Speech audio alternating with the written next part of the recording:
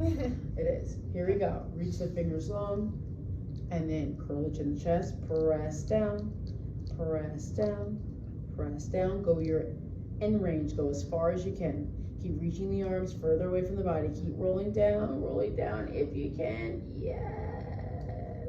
There you go. Are you at your end range? Mm-hmm. Okay. Now start to articulate up. Try to get this part to touch. This part to touch. Right above the lower back. Get it to touch. Ooh, get it to touch. Get it to touch. Ooh.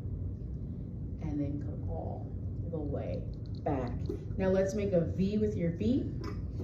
Heels together, toes apart. Arms come out to your sides. Reaching long. Okay, I can see this one shoulder's a little bit higher up. All right, from here, start to bring your hands down towards your hips as close as you can. Reaching the arms long.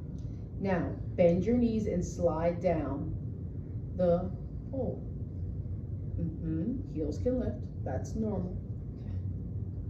There you go. Go as far as you can. Then slide back up. The arms got to stay straight. Once you are all the way up, bring your arms back to a T. And again, hands go down by the hips. Keep the arms reaching long. Slide down the pole as far as you feel comfortable.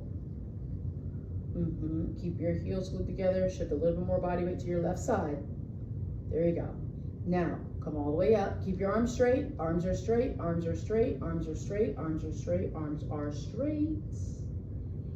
And then bring the arms back to a T. Carefully let go of the handles. Bring your arms out in front of you. And round all the way down, keeping your butt connected.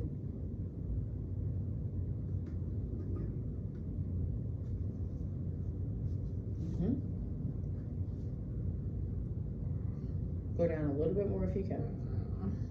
I know it's stuck in there. And then press your heels down into the board or the bottom. And